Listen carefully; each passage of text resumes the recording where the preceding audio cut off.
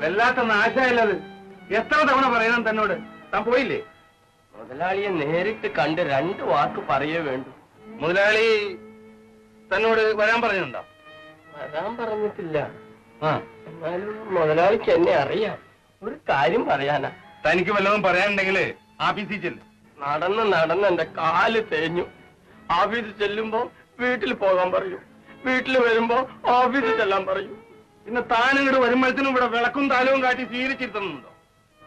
പാവം വിചാരിച്ച് ഒരിക്കൽ കടത്തി വിട്ടതിന് കേട്ട ചീത്ത എനിക്കേ അറിയൂ. ചെല്ല്, ആഫീസിൽ ചെല്ല്. പോ.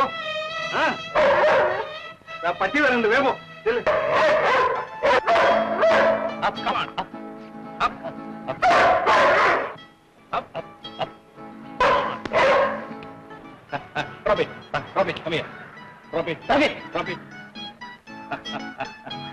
Good boy.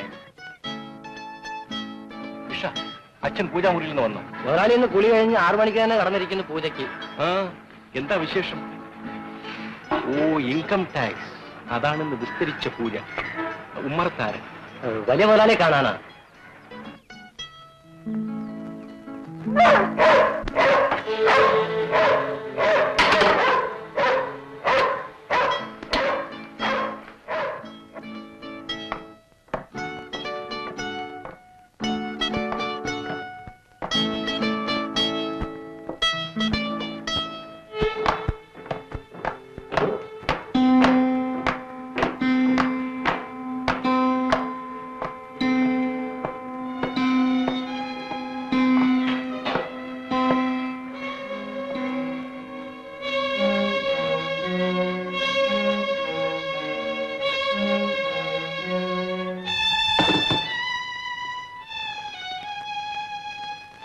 ഇരുന്നോ.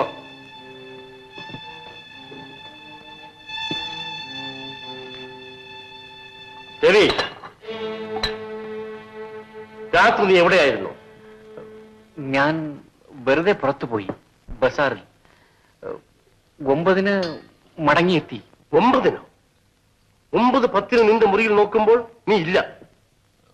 9:15 വന്നിട്ടുണ്ട് അച്ഛാ. എന്നോട് പറയുന്നത് കൃത്യമായിട്ടാവണം. 9:15 വെച്ചാൽ എനിക്ക് 9 അല്ല. ഞാൻ ഒരിക്കലും വെറും വാക്ക് പറയാറില്ല. മനുഷ്യനായാൽ എന്തിനൊരു ചിട്ട വേണം. ആഹാരത്തിൽ, ഉറക്കത്തിൽ, വ്യാപാരത്തിൽ, എല്ലാം.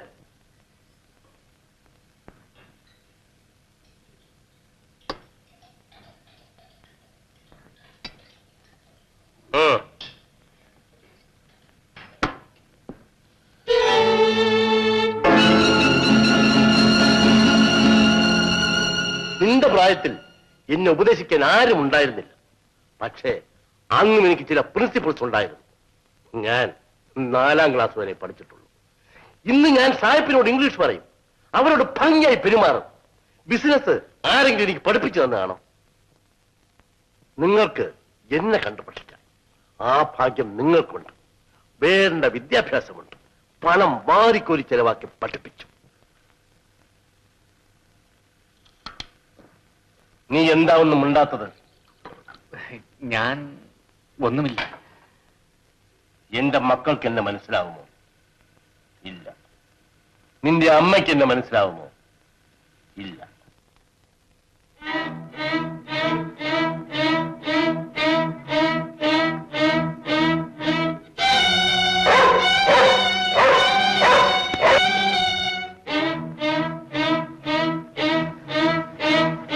കൃഷ്ണ,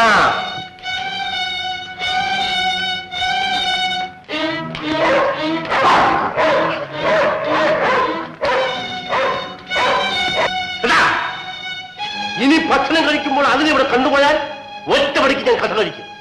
നായരെയല്ല, നിന്റെ.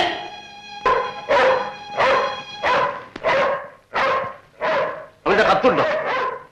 നിന്റെ അനുജനില്ലേ ദാസൻ, അവന്റെ? എനിക്ക് എഴുതാറില്ല. അവന്റെ അമ്മയ്ക്ക് എഴുതും. ലാളിച്ച് ലാളിച്ച് അവനെ എനിക്കെതിരാക്കി നിന്റെ അമ്മ. ഇരുന്നോ കുമാര.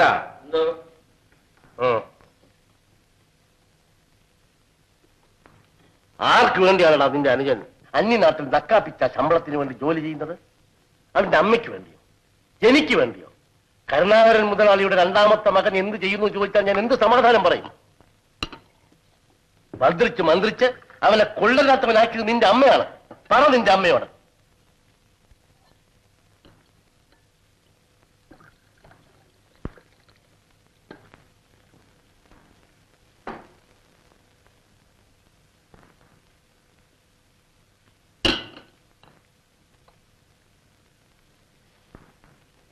രവി, ഇനി എനിക്ക് നീയേ ഉള്ളൂ. കരുണാകരൻ മുതലാളിക്ക് ഒരു പേരുണ്ട് ഈ നാട്ടിൽ, ഓർമ്മിച്ചോ? അത് നിലനിർത്തേണ്ടത് നീയാണ്.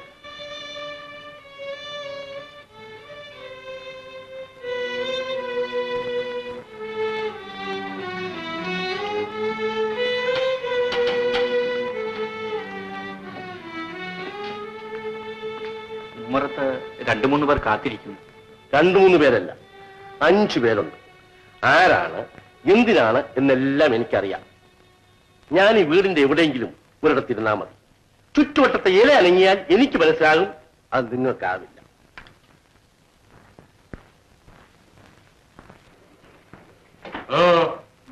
അമ്മ ഒന്ന് കാണണമെന്ന് പറഞ്ഞു. എന്തിന്?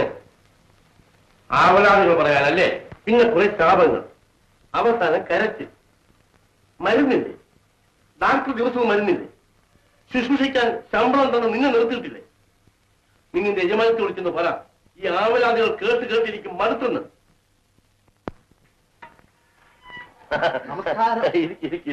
ഇരിക്കൂതാവോ? കാത്തിരുന്ന് മുഷിഞ്ഞോ?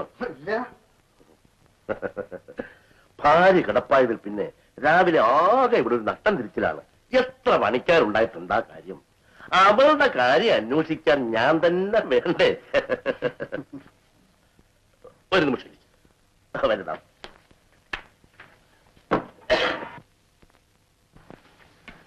ഇരിക്കുതാമോ? താൻ ഈ രാജ്യത്ത് തന്നെ ഉണ്ടോടോ? ഒരാഴ്ച ബാംഗ്ലൂരിലായിരുന്നു മുതലാളി. എന്താ വിളിച്ചേ? മുതലാളി എന്നോ? അത് വേണ്ട, അത് വേണ്ട. ഞാൻ എന്നും പഴയ കരുണാകരൻ തന്നെയാണോ. അപ്പൊ വന്ന കാര്യം? ഒരു മാസത്തെ തിരുമറിക്ക് എനിക്കൊരു 25,000 രൂപ തരണം കർണാടക. PWDക്കാർ ബില്ല് പാസ്സാക്കി പണം തരാൻ 30-ാം തീയതി കഴിയും. തനിക്കും പണത്തിന് ബുദ്ധിമുട്ടോ? ആളെ കളിയാക്കല്ലടോ. എന്റെ കാര്യം എനിക്കും ദൈവത്തിന് മാത്രമേ അറിയാം. ഉണ്ടിയക്കാരുടെ കയ്യിൽ നിന്നാ ഇടയ്ക്ക് കടമെടുത്തത്. സേട്ടുവിന് കടം വീട്ടാൻ വെച്ച പണമുണ്ട്. രാമൻ നായരെ, നമ്മുടെ സേട്ടിന് പണം വരുന്ന മാസത്തിൽ കൊടുത്താ പോരെ? സേട്ടുവിന്റെ പണത്തിന് പലിശ എത്ര? 25% അല്ലേ? അതെ, 25.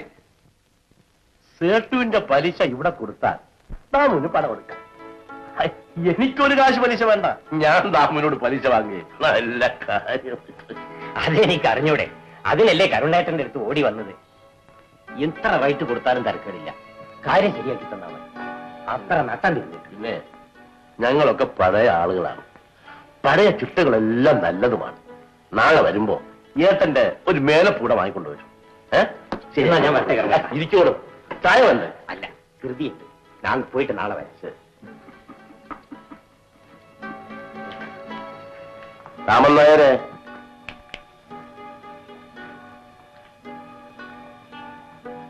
25,000 രൂപയ്ക്ക് 6,250 രൂപ പലിശ കഴിച്ച് ബാക്കി കൊടുത്ത് 25,000 രൂപയ്ക്ക് ഒപ്പ്. കോൺട്രാക്റ്റിൽ അയാളുടെ ഏട്ടനും പാർട്ണറാണ്. അതുകൊണ്ടാണ് ഏട്ടന്റെ മേലപ്പ്. മനസ്സിലായോ രാമൻ നായരെ? മനസ്സിലായി മുതലാളി. ഇനി ഞാൻ നാരായണ കുട്ടിനെ വിളിക്കും. ശല്യം. കുറുപ്പേ,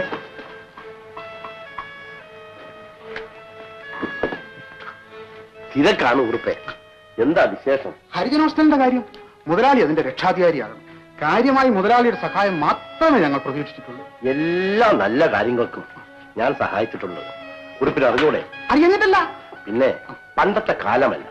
ഭാര്യ കിടപ്പിലായത് മുതൽ ചികിത്സയ്ക്ക് വേണ്ടി പണം ധാരാളം ചെലവാക്കണം. ബിസിനസ് ആണെങ്കിൽ വളരെ മോശം. എത്ര പണം ചെലവുണ്ടെന്ന് എനിക്ക് മാത്രമേ അറിയാവൂ. എങ്കിലും കുറിപ്പ് വന്നതുകൊണ്ട് ഞാൻ വയ്യാന്ന് പറയുന്നില്ല. കഴിവതും ശ്രമിക്കാം. ഒരു നല്ല കാര്യത്തിലാണല്ലോ. അടുത്ത ആഴ്ച വരണം. ഇത് എന്റെ അമ്മാവന്റെ മകനാണ്. എന്തെങ്കിലും ഒരു ജോലി നോക്കാം. അടുത്ത ആഴ്ച അവനെയും കൂടെ കൊണ്ടുവരണം.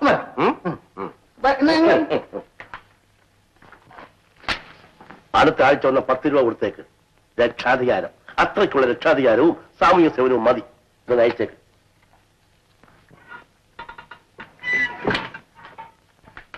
ദിവസം കൂടി ഞാൻ തനിക്ക് അവധി തരും. അതിനുള്ളിൽ ഇടപാട് തീർത്തില്ലെങ്കിൽ ഇരിക്കുന്ന വീട് ഞാൻ പൊളിപ്പിക്കും.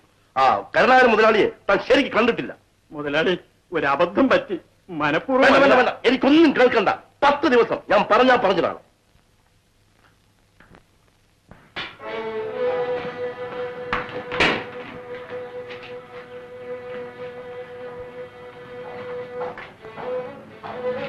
അബ്ദുറഹിമാൻ സാഹിബ് അയച്ച ആളല്ലേ? അതെ. വിചാരിക്കുമ്പോഴേക്കും ജോലിയൊന്നും കിട്ടിയില്ല. 2 ആഴ്ച കഴിഞ്ഞിട്ട് വാ, നോക്കാം.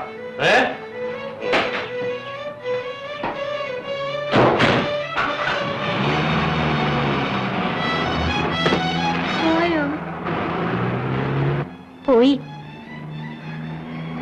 അനുഭവിക്കും, ഇതിനൊക്കെ അനുഭവിക്കും.